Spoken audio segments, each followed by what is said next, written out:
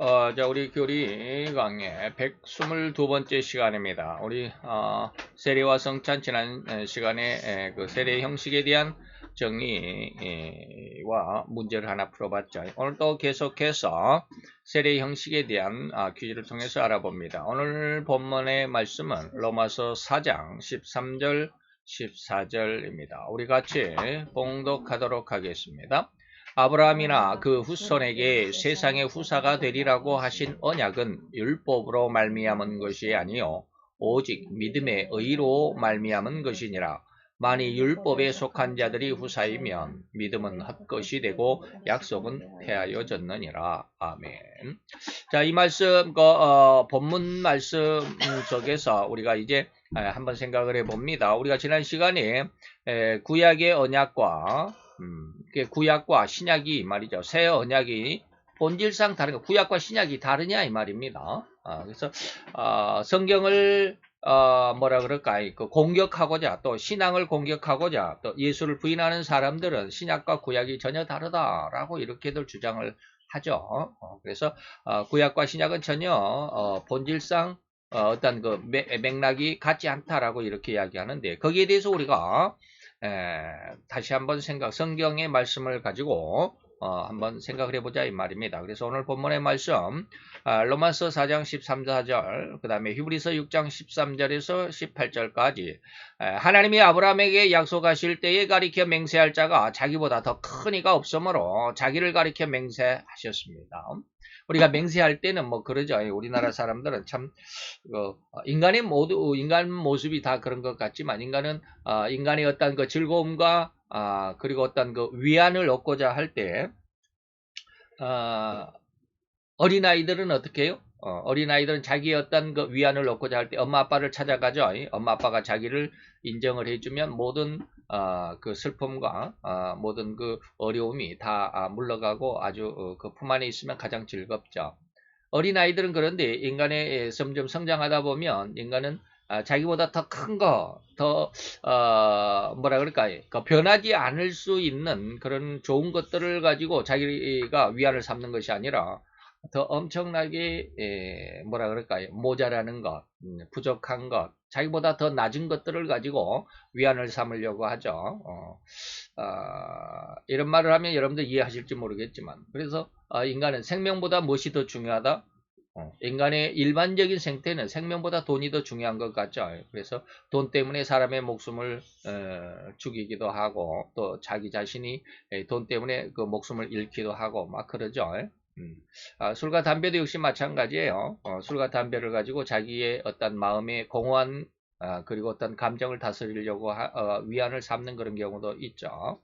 그런데 하나님은 그 위안이라고 하는 거 뭐라고 그랬냐면, 하나님이 아브라함에게 약속하실 때에는 하나님이 자기보다 더 큰 이가 없기 때문에 자기보다 더 큰 이가 없죠. 하나님 자신보다 더 큰 이가 없죠. 그렇기 때문에 자기 자신을 가리켜 맹세해 주셨습니다. 그래서 내가 반드시 너를 복주고 복주며 너를 번성케 하고 번성케 하리라 하셨더니 그 약속이 이루어졌는데, 제가 이같이 오래 참아 아브라함이 그 약속을 받기까지 많이 오래 참았죠. 75세 때 하나님의 그 부르심을 받아서 100세 때 아들 이삭을 얻었으니까 25년 동안이나 참고 또 기다리고, 물론 그 가운데 참지 못해서 이스마엘이라는 아들, 그 하갈이라는 여종에게서 이스마엘이라는 아들을 낳고 말았지만, 어쨌든지 이런 모든 상황 속에서 참다가 약속을 결국에는 받아냈다라는 것입니다.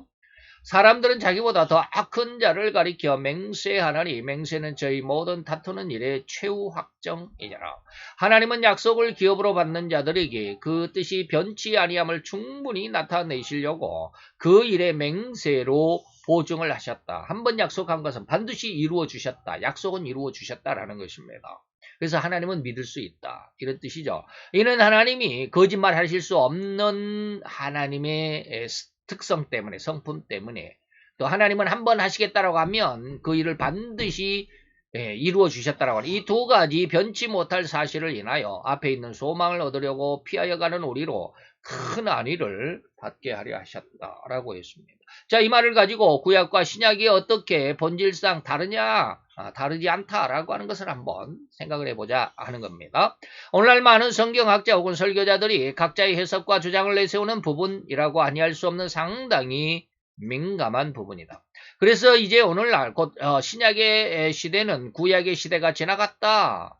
그리고 새로운 새 시대이기에 구약은 폐하여진 것이다. 고로 구약의 이스라엘을 대신해서 오늘날은 교회가 대체가 되었고 구약 시대의 선민이었던 유대인들은 폐하여졌고 대신 오늘날 예수를 믿는 그리스도인들이 대체되었다라고 주장하는 일부 이론가들이 있는 것이 사실이고 이거를 일명 대체신학이라고 부르고 있습니다. 그래서 이 대체신학이 우리 기독교 신앙 가운데 상당히 많이 들어 있습니다. 그래서 이스라엘을 부정하고 유대인을 부정하고 뭐 이런 것들이죠. 그래서 구약은 폐하여졌다라고 그러죠.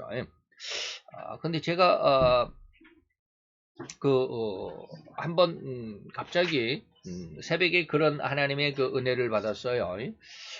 하나님의 말씀은 변함이 없는데 1.1핵이라도 변하지 않을 것인데 또 성경에는 어제나 오늘이나 내일이나 하나님의 말씀은 영원하고 동일하시다라고 하셨는데 라는 그런 말씀이 갑자기 머리에 번뜩 스치면서 하나님의 약속이 내게 주신다면 그 약속은 변하지 않을 것 아닌가 라는 그런 그 마음에 큰 울림이 있었어요.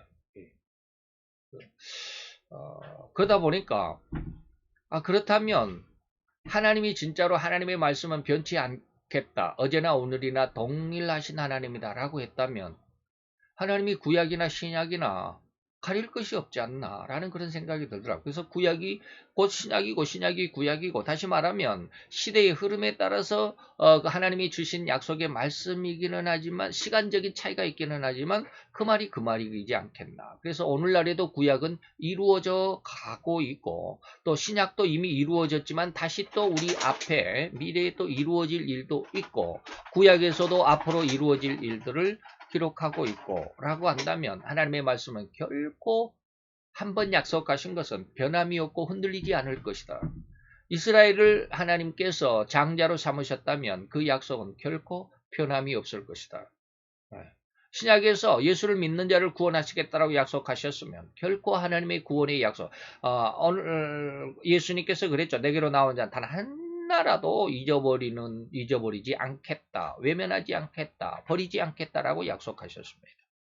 바로 그런 것이죠. 그러나 오늘 우리는 우리 신앙의 중심을 가장 정확하고 가장 올바르게 붙잡아야 하는 중요한 기점에 서 있습니다. 그래서 구약과 신약이 다르지 않다라고 하는 확실한 은혜가 믿음이 우리에게 있어야 된다 이 말입니다. 오늘 우리에게 제시된 로마서 4장이나 히브리서 6장의 이 두 부분의 구절들만으로 너는 결코 앞에서 전지한 그러한 주장이 맞을 수밖에 없습니다. 즉 하나님께서 아브라함에게 대한 의의는 결코 율법, 다시 말하면 구약의 성경 말씀이 아니라 하나님을 믿는 믿음이었다라고 이 말이죠. 예.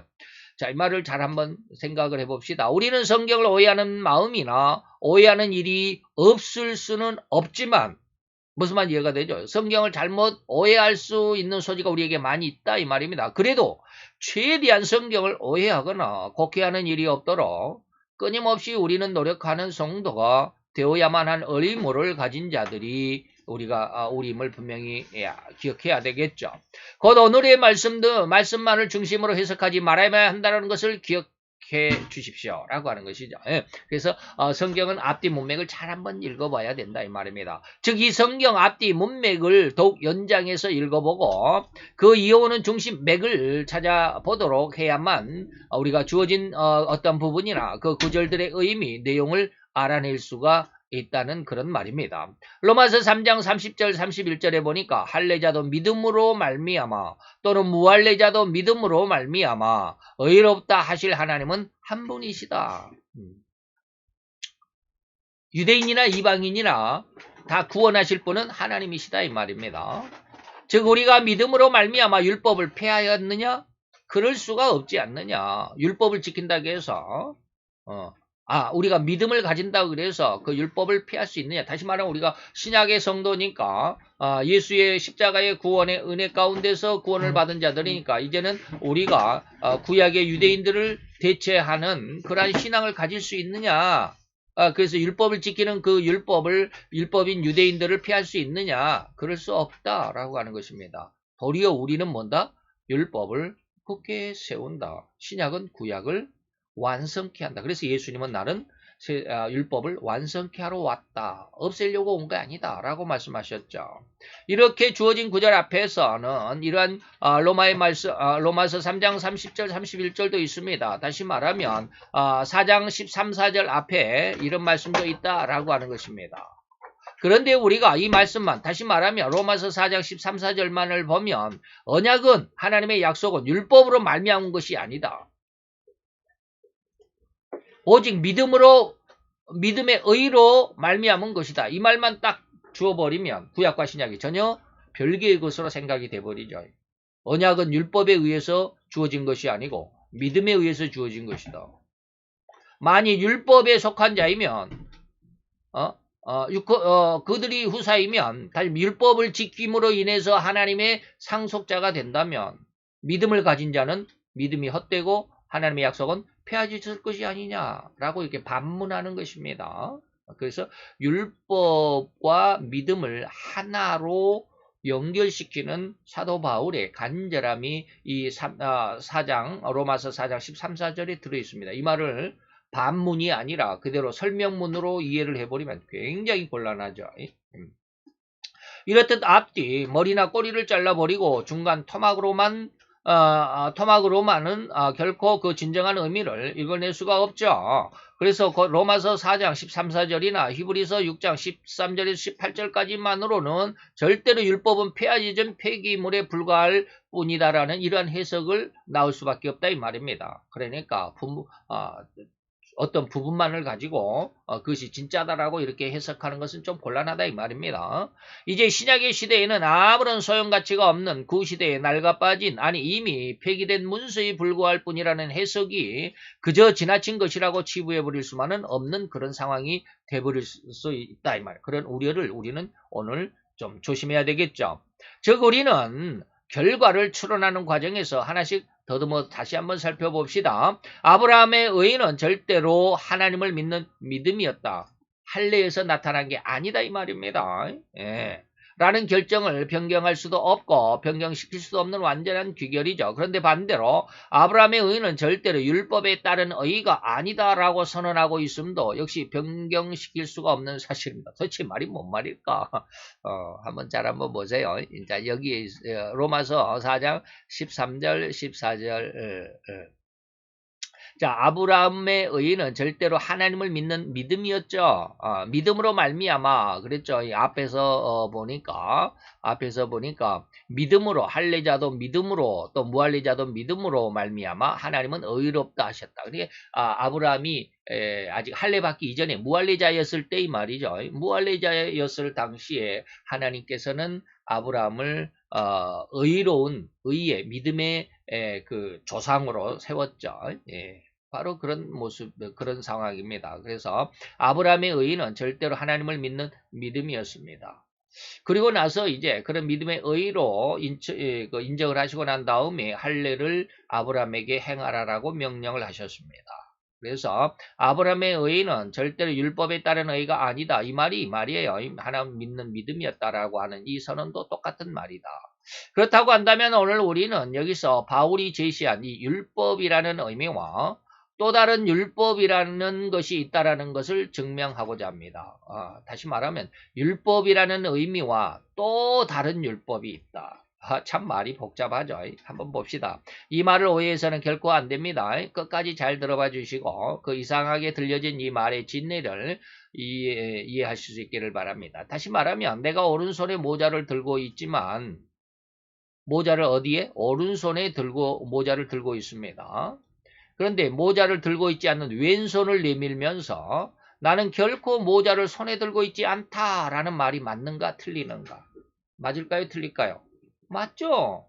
오른손에 모자를 들고 있지만 왼손을 내밀면서 나는 절대 왼손이란 말도 안 하고 오른손이란 말도 안 했어. 그냥 나는 이 내민 손에 이 말이에요. 나는 결코 손에 모자를 들고 있지 않습니다. 라고 말하면 이 말이 틀렸냐? 맞다라는 겁니다. 절대로 틀리지 않은 사실입니다. 이를 틀렸다. 너는 다른 손에 모자를 들고 있으니까 너의 손에 모자를 들고 있지 않다라고 하는 것은 거짓말이다라고 말하겠는가? 물론 여기에 맹점은 왼손이니 오른손이니 하니 지정된 위치가 빠져 있다라는 건 사실이기는 하지만 그래서 제가 일부러 여기다 오른손이다 왼손이라는 말은 쓰지는 않았습니다. 그래서 우리들은 그렇게 인간의 모습에서는 그런 어떤 그 뭐라 그럴까 공격할 수 있고 반문할 수 있는 그런 여지가 있기는 있습니다. 그러나 본론으로 돌아와서 오늘 바울이 아브라함의 의는 율법에 따른 것이 아니다 라고 말하는 의도는 율법은 아직은 율법은 뭐예요? 하나님을 믿는 자에게는 할 일을 행해야 하나님의 자녀가 된다. 하나님의 의를 얻는다라는 것이 아브라함에게 주어진 하나님의 약속. 이것이 율법이 되어 있는 것입니다. 그럼 아브라함이 의가 되는 것은 뭐예요? 율법으로 된 것입니까? 아니죠. 아직은. 무할례자였을 때 하나님이 아브라함의 믿음을 보고 의롭다라고 인쳤기 때문에 그리고 네가 의롭다라고 하는 것을 내가 확실한 표징을 주기 위해서 너는 할례를 행하라 라고 할례가 나중에 하나님이 주신 명령입니다. 이 말을 그 순서를 잘 이해를 머리에 두면서 제 말을 들어야 이해가 됩니다. 그렇게 이것이 율법에 따른 것이 아니다라고 말하는 의도는 유대인들이 굳이 주장하고 있는 율법 다시 말하면 제가 지금 아까 이제 비유를 들어서 오른손에 모자를 들고 있으면 왼손을 내밀고 나는 내 손에는 모자가 없어라고 말하는 게 이게 맞냐 틀리냐? 맞다. 그것도 맞아요. 그러나 오른손을 들고 나는 내 손에 모자를 들고 있으면서 내 손에 모자가 없어. 나는 손에 들고 있지 않아라고 말하면 그건 거짓말이 되잖아요. 네. 바로 이런 거예요. 그러니까 한쪽 면을 다른 면을 보면서 이렇게 주장하는 것을 잘못됐다라고 반문할 수는 없다라는 겁니다. 자, 제 말을 잘 이해를 하셔야 됩니다.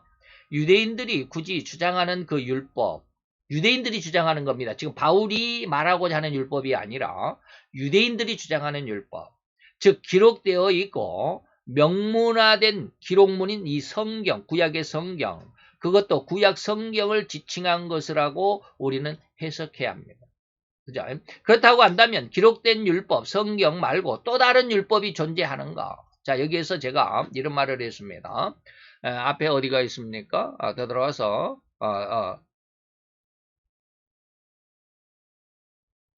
율법이 아닌 또 다른 법이 있다라는 말 제가 앞에서 했는데, 금방이. 여기 있습니다. 율법이라는 의미와 또 다른 율법이 있는가? 이 말을 지금 잘 이해를 해달라라고 하는 것입니다. 그래서 제가 예로 오른손에 모자 들고 있으면서 왼손을 내밀고 나는 내 손에 모자가 없어 라고 말하는 것이 틀렸냐? 맞다라는 겁니다. 왼손만 보면 맞죠. 왼손만 보면 맞잖아요. 모자를 안 들고 있으니까. 그러나 오른손을 들고 내가 모자를 안 들고 있으면 그건 거짓말이 되죠.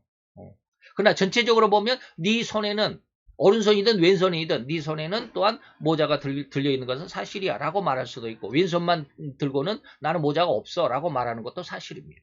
자, 이것을 잘 이해할 수 있어야 된다 이 말입니다.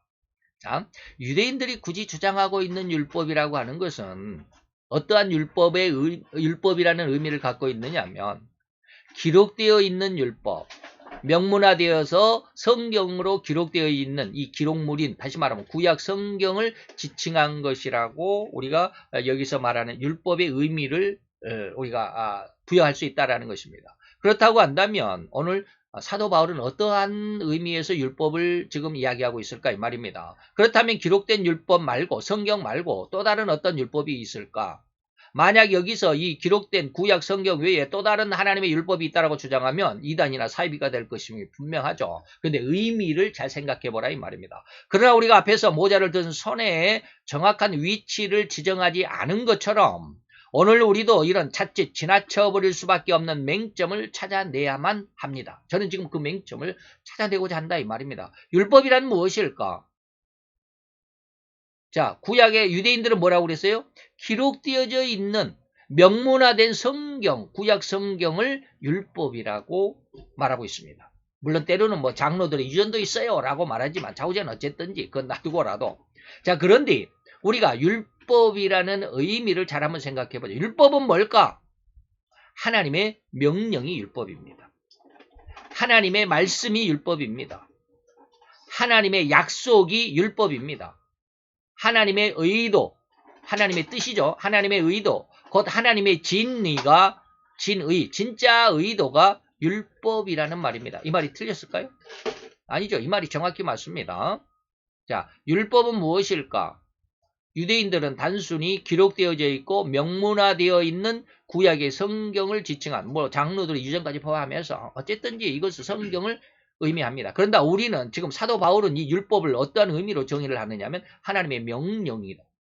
하나님의 말씀이 율법이고 하나님의 약속이 율법이고 하나님의 의도 곧 하나님의 진의가 율법이다라는 의도를 가지고 있습니다. 그래서 이를 부인하거나 아니라고 거부할 수는 없겠죠. 맞는 말이기 때문입니다. 바로 이것입니다.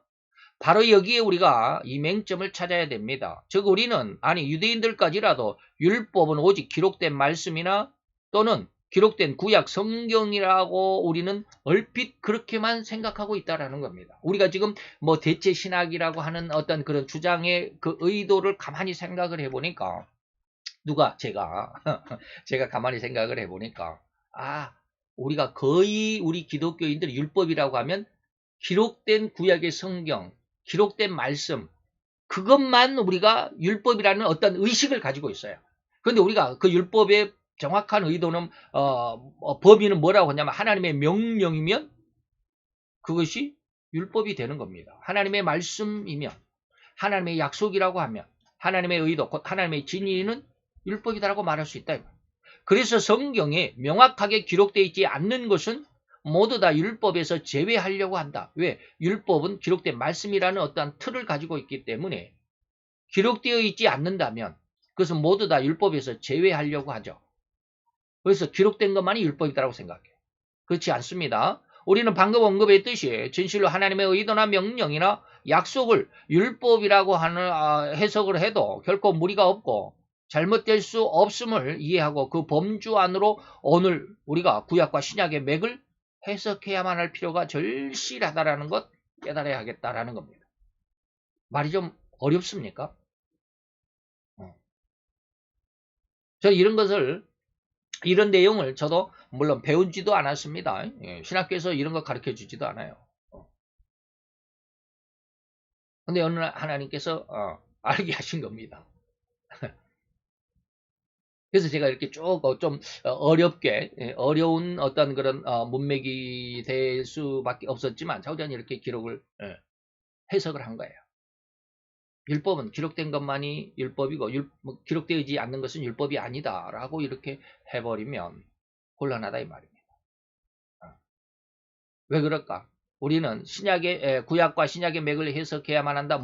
하나님의 의도나 하나님의 명령이나 하나님의 약속을 율법이라고 하는 것으로 우리가 좀 더 폭넓게 하나님께서 하신 것이라면 이것이 율법에 해당할 수 있다라고 그 범주 안에 넣자. 그렇게 어떤 사상을 좀 넓혀보자라고 하는 것입니다.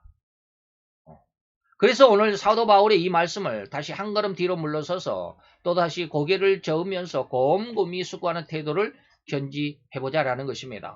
다시 한번 봅니다. 로마서 4장 13, 14절에 아브라함이나 그 후손에게 세상의 후사가 되리라고 하신 이 언약은 율법으로 말미암은 것이 아니고 오직 믿음의 의로 말미암은 것이다. 만일 율법에 속한 자들이 하나님의 후사가 되면 믿음을 가진 자들은 헛것이 되고 그 하나님의 약속은 거짓이 된다. 그 사도 바울은 오늘 이 외침에서 하나님의 후사, 곧 하나님의 백성은 오로지 율법이 아닌 믿음으로 지정된 것이라고 강력하게 주장하며 외치고 있음이 아닌가. 뭐요? 오직 믿음으로 말미암아 된 것이다.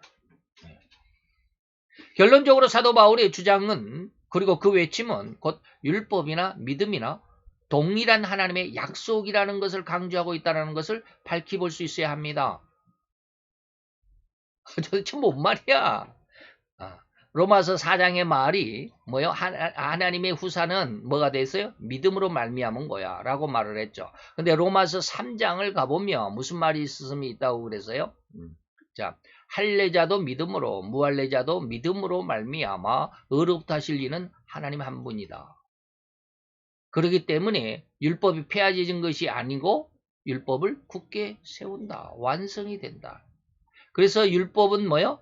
믿음이고 믿음은 곧 율법이다 라고 이렇게 말하는 겁니다.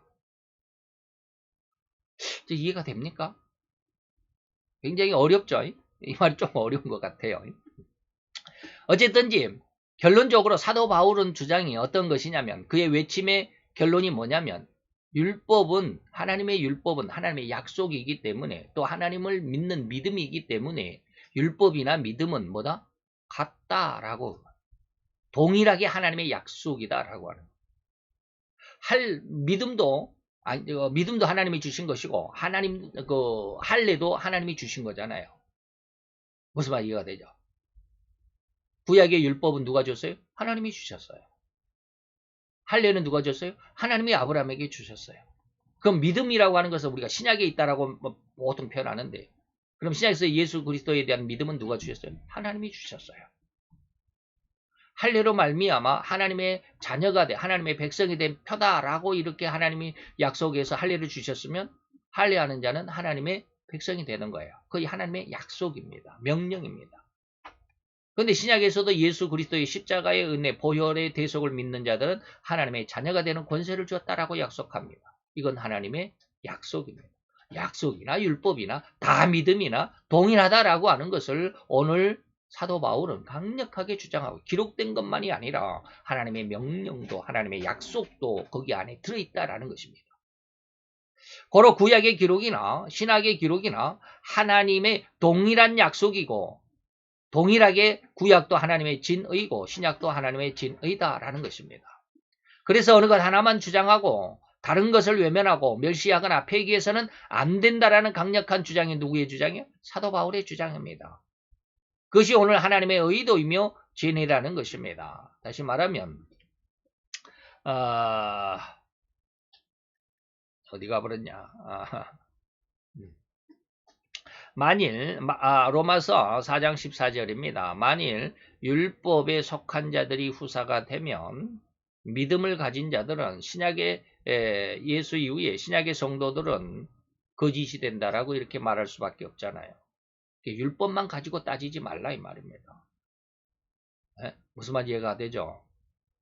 만일 율법만을 가지고 다시 말해 오늘날 유대인들처럼 말이죠. 율법만을 고수하면서 율법을 안 지키면 다 지옥에 간다 라고 이렇게 말해버리면 오늘날 믿음을 가진 우리들은 뭐요? 거짓말쟁이가 된다 이 말이에요. 이 말이 그 말입니다. 근데 그게 아니다라는 거잖아요. 언약은 율법으로 말미암은 거 하나님의 약속은 율법에 의한 것이 아니고 믿음에 의한 것이다. 그렇기 때문에 믿음도 역시 율법과 동일한 권능, 효력을 갖는다라는 이 말이 14절을 오해하면 안 됩니다. 그래서 오늘 사도 바울이 말한 이 모습들은 율법은 구약이고 믿음은 신약이다라고 말했을 때 구약과 그 다음에 신약은 본질상 다른가? 아니다. 동일하다라는 말씀을 사도 바울의 이 말씀을 중심으로 여러분들에게 말씀을 드렸는데 좀 어렵기는 할 것 같죠. 머릿속에 좀 착착 정리가 돼서 깔끔하게 뭔가 좀 보여야 되는데 그 말이 그 말 같고 저 말이 저 말 같고 하는 말이 왜 그렇게 어렵게 뱅뱅 돌리는지 말이죠. 자운 그렇습니다. 교리가 좀 굉장히 딱딱하고 힘들고 어렵기는 해요. 이런 쪽에서 여러분들이 잘 이해할 수 있었기를 바라고 오늘 우리 결론적인 것은 뭐냐? 믿음과 율법은 뭐다? 같다라고 하는 그런 그 취지가 사도 바울의 강력한 마음의 중심의 취지라고 하는 것을 잘 이해할 수 있고 받아들일 수 있기를 바랍니다. 기도합시다. 할렐루야 주님, 주님 여호와여 오늘도 주님의 귀한 사랑과 은혜와 은총을 감사드리나이다. 주의 영광 앞에서 오늘 우리는 성경에 또 다른 한 기점을 중심으로 우리의 신앙의 중심 그리고 그 뿌리를 내리기를 원합니다. 정확하고 가장 올바른 신앙의 중심 그 뿌리로 인해서 우리의 신앙이 하나님 앞에 온전히 칭찬과 또한 하나님의 상급을 받을 수 있을 만큼 귀하고 올바른 가장 정직하고 정확한 신앙의 열매들로 성장할 수 있는 기틀이 되게 하여 주옵소서. 하나하나 배워갈 때 주의 영광의 빛이 우리 가운데 또 깨닫는 그리고 또 하나님 사리를 분별할 수 있는 귀한 은혜와 지혜와 지식이 될 수 있는 지식의 은혜로 부어주시옵기를 간절히 원하며 예수 그리스도의 이름으로 기도하였사옵나이다. 아멘.